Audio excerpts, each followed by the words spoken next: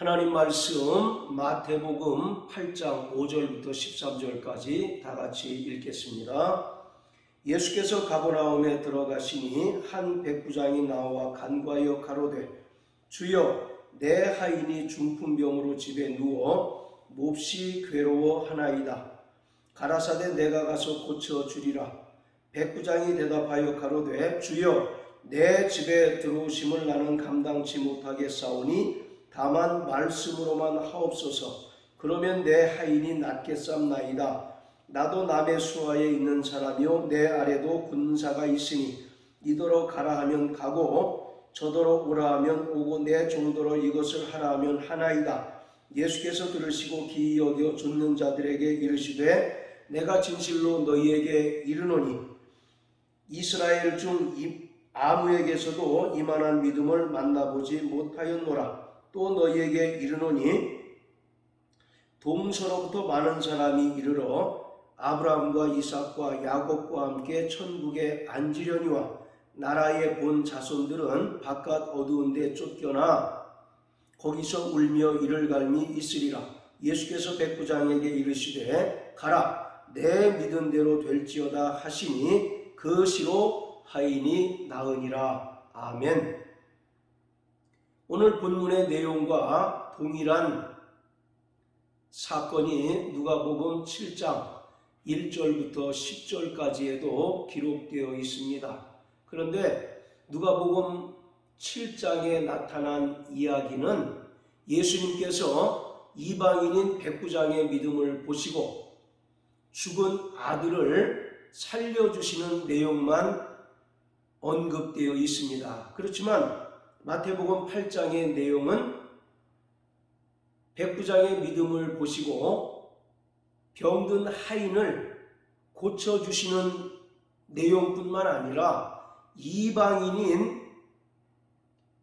백부장의 믿음과 나라의 본 자손들이라고 할 수 있는 유대인들의 믿음을 비교하고 있습니다. 하나님께서는 죄인된 인간들을 구원하시기 위해서 먼저 유대인들에게 복음이 전파되게 하셨고 또 구원의 은혜가 임하게 하셨습니다. 그래서 마태복음 15장에 흉악히 귀신 들린 딸을 가진 가나안 여인과 예수님과의 대화에서 예수님께서 나는 이스라엘 집에 잃어버린 양 외에는 보내심을 받지 않았다라고 말씀합니다. 그리고 마태복음 10장 6절에서도 예수님께서 12명의 제자를 부르셔서 2명씩 짝을 지어서 전도여행을 보내시면서 이스라엘 집에 잃어버린 양 외에는 가지 말라고 당부를 하고 계십니다. 이처럼 하나님께서는 유대인들에게 먼저 복음이 전파되고 또 복음을 들은 유대인들이 구원 얻기를 원하셨습니다. 그리고 나서 이 유대인들이 복음의 제사장이 되어서 이방인들에게 구원과 하나님의 은혜를 전함으로써 이방인들마저도 구원을 얻도록 하시는 것이 하나님의 구원의 역사이며 구원의 방법이었습니다. 그래서 출애굽기 19장 6절에는 하나님께서 이스라엘을 제사장 나라 또 거룩한 민족으로 삼으셨다라고 말씀하고 있습니다. 자, 그리고 로마서 1장 16절을 다 같이 보시겠습니다. 로마서 1장 16절 내가 복음을 부끄러워 아니하노니 이 복음은 모든 믿는 자에게 구원을 주시는 하나님의 능력이 됨이라. 첫째는 유대인에게요 또한 헬라인에게로다. 하나님은 모든 믿는 자에게 구원을 주시는 분이십니다. 그런데 그 구원이 이루어지는 순서, 곧 방법은 첫째는 유대인에게요.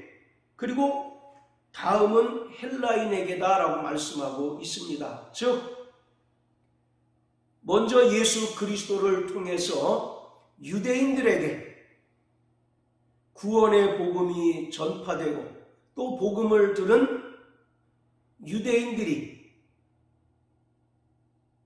은혜로 말미암아 구원을 얻게 되고, 그리고 이 유대인들이 복음의 제사장으로서 이방인들에게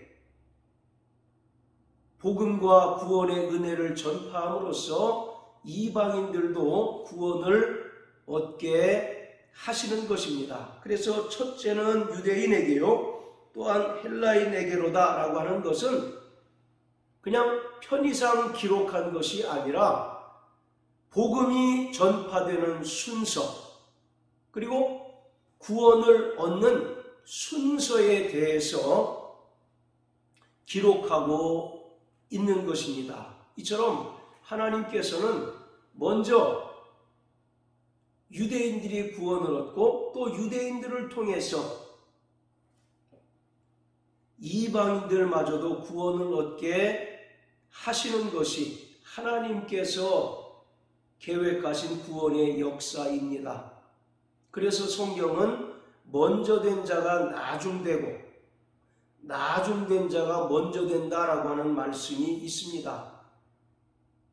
우리는 이 말씀을 먼저 예수를 믿은 성도들이 나중에 믿은 성도들보다 게으르고 또 나태할 때 그들을 책망하기 위한 말씀으로 종종 사용하기도 하지만, 여기서 먼저와 나중이라고 하는 것은 유대인과 이방인들에 대한 구원의 순서를 언급하고 있는 것입니다. 그래서 먼저는 유대인들에게 구원이 임하고 그 후에 나중에 이방인들이 구원을 받게 하는 것이 하나님의 구원 계획이라는 것입니다. 로마서 1장 16절에 기록한 것과 정확하게 일치를 하고 있습니다. 자, 다시 마태복음 8장으로 돌아가서, 그러나 유대인들이 예수께서 전하신 구원의 복음을 거부합니다. 또 예수님께서 전파하신 은혜를 그들은 배척하고 그들 스스로 율법의 행위를 통해서 의로워지고 또 율법의 행위를 통해서 구원받고 또 율법의 행위를 통해서 그들은 천국에 들어갈 수 있다고 자신하고 있었습니다. 따라서 그들은 복음을 듣지 않고 예수의 은혜를 배척함으로 인하여 구원의 순서가 먼저 된 유대인들에게서 나중된 이방인으로 구원의 순서가 바뀌게 되었습니다. 그래서 마태복음 8장 12절에 보면 나라의 본 자손들은 바깥 어두운 데 쫓겨나 거기서 울며 이를 갈미 있으리라, 이렇게 얘기합니다. 나라의 본 자손들이란 바로 유대인들을 가리키고 있습니다. 반면에 11절에 보면 동서로부터 많은 사람이 이르러 아브라함과 이삭과 야곱과 함께 천국에 앉으려니와 라고 말씀합니다. 여기서 동서로부터 많은 사람이라고 하는 말은 이방인들을 이야기하고 있습니다. 분명히 하나님께서는 구원의 순서에 있어서 유대인들이 먼저요, 그리고 이방인들은 나중이라고 말씀하셨는데 예수께서 전파하신 복음을 그들은 듣지 않고 또 유대인들은 예수의 은혜를 배척함으로써 구원의 순서가 바뀌게 되었다는 것을 말합니다. 그래서 동서로부터 오는 많은 이방인들이 천국잔치에 참여하지만 정작 나라의 본 자손들이라고 자처하고 여겼던 유대인들은 바깥 어두운 데 쫓겨나 거기서 울며 이를 갈미 있으리라 이렇게 얘기합니다. 여기서 울며 이를 갈미 있다라는 얘기는 큰 분노를 표현하고 있습니다. 그들이 당연히 하나님의 나라를 상속하는 데 있어서 우선순위를 가진 자들인데 그만 자신의 오해로 인하여 하나님의 나라를 상속하지 못한 것에 대한 후회, 또 자신에 대한 분노를 슬피 울며 이를 갈미 있다라고 이와 같이 표현하고 있습니다. 오늘 이와 같이 천국은 육체의 의로서, 육체의 행위로서 들어가는 것이 아니라 오직 복음을 듣고 예수 그리스도의 은혜를 믿음으로만 가게 되는 것을 성경은 우리에게 분명하게 말씀해주고 있습니다. 자, 또 사도행전 13장 46절을 다 같이 읽겠습니다. 사도행전 13장 46절. 자, 바울이 이야기하는 것인데 바울과 바나바가 담대히 말하여 가로되 하나님의 말씀을 마땅히 먼저 너희에게 전할 것이로되 너희가 버리고 영생 얻음에 합당치 않은 자로 자처하기로 우리가 이방인에게로 향하노라. 바울은 그가 이방인의 사도가 된 명분에 대해서 설명하고 있습니다. 하나님의 말씀을 마땅히 먼저 너희에게 전할 것이로되, 그러나 너희가, 여기서 너희라고 하는 것은 혈통적 이스라엘, 유대인을 가리키고 있습니다. 너희가 그 말씀을 버리고 영생 얻음에 합당치 않은 자로 자처하였다라고 말씀합니다.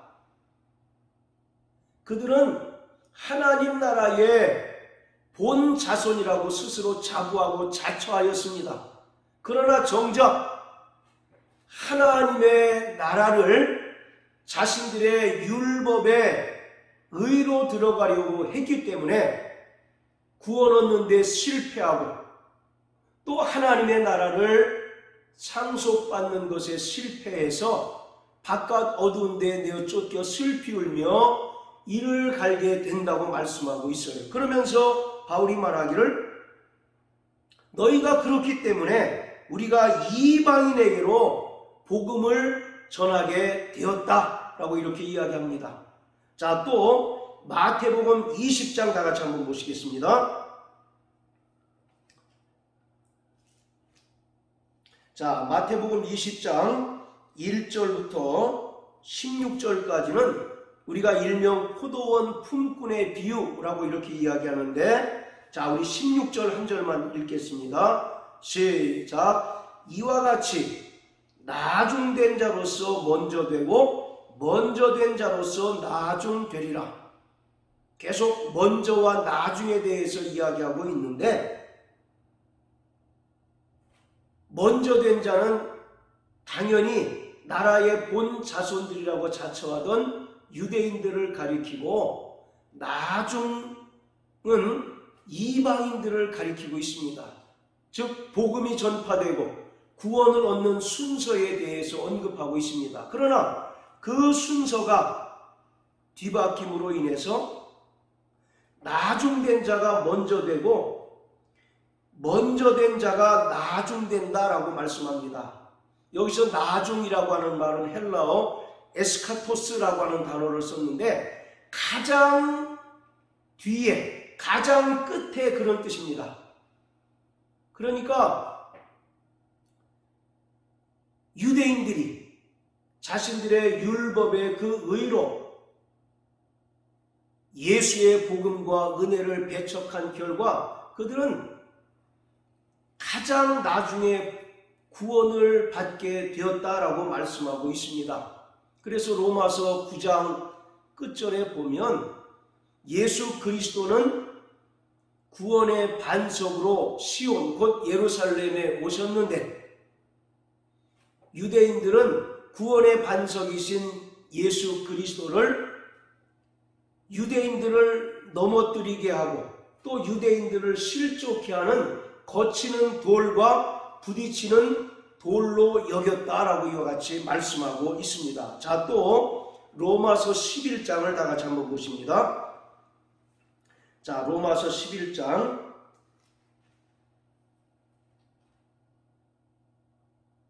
자, 11절 12절입니다. 그러므로 내가 말하노니 저희가 넘어지기까지 실족하였느뇨 그럴 수 없느니라. 저희의 넘어짐으로 구원이 이방인에게 이르러 이스라엘로 시기나게 함이니라.